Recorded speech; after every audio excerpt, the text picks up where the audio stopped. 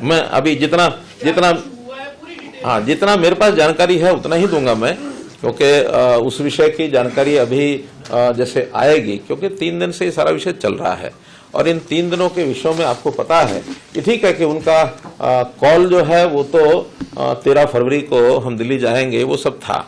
और देखिए मैं इसमें थोड़ा सा भूमिका ये रखूंगा कि पहली बात तो कि विषय जो डिमांड है वो हरियाणा सरकार से नहीं है, वो सारी डिमांड चूंकि केंद्र सरकार से जुड़ी हुई है और उस केंद्र सरकार से जुड़ने के बाद उन्होंने आह्वान भी ये किया कि हम दिल्ली जाएंगे।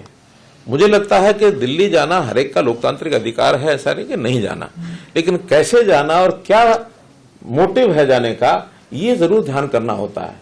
और इस विषय का अनुभव हम पिछले साल देख चुके हैं किस प्रकार से, और एक ऐसा सीन क्रिएट हुआ कि जिसमें साल भर वो लोग धरने लगा करके, और जैसे बहादुरगढ़ का टिकरी बॉर्डर है अथवा कुंडली का ये हमारा सिंगू बॉर्डर है, और उसमें कितने उस समय परेशानी लोगों को हुई है। आज भी वो लोग लगातार इस समय उनकी वीडियोज आ रही हैं कि इस पर को इसको रोकिए, किस प्रकार से हमारा बिजनेस समाप्त हो गया, हमारा ये खत्म हो जाएगा, हमारा वो खत्म हो जाएगा, हमको बचाइए।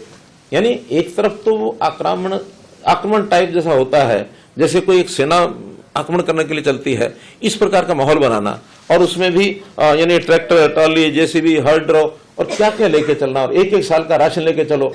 यानी ये जो आह्वान किया जाता है, तो इसके अंदर हमें नागरिकों की सुरक्षा, उनकी भी सुरक्षा चाहिए, नागरिकों को भी चाहिए। आखिर किसान भी वो अपने ही, अपने देश के बाहर के नहीं है, इसलिए उनका जो तरीका है उस तरीके पर ही आपत्ति है। दिल्ली जाने में आपत्ति नहीं है। आखिर ट्रांसपोर्ट, पब्लिक ट्रांसपोर्ट है, ट्रेन हैं या बसेज हैं या अपने वाहन है लोगों के, उसमें जाए, लेकिन ट्रैक्टर जो है it is not mode of transport.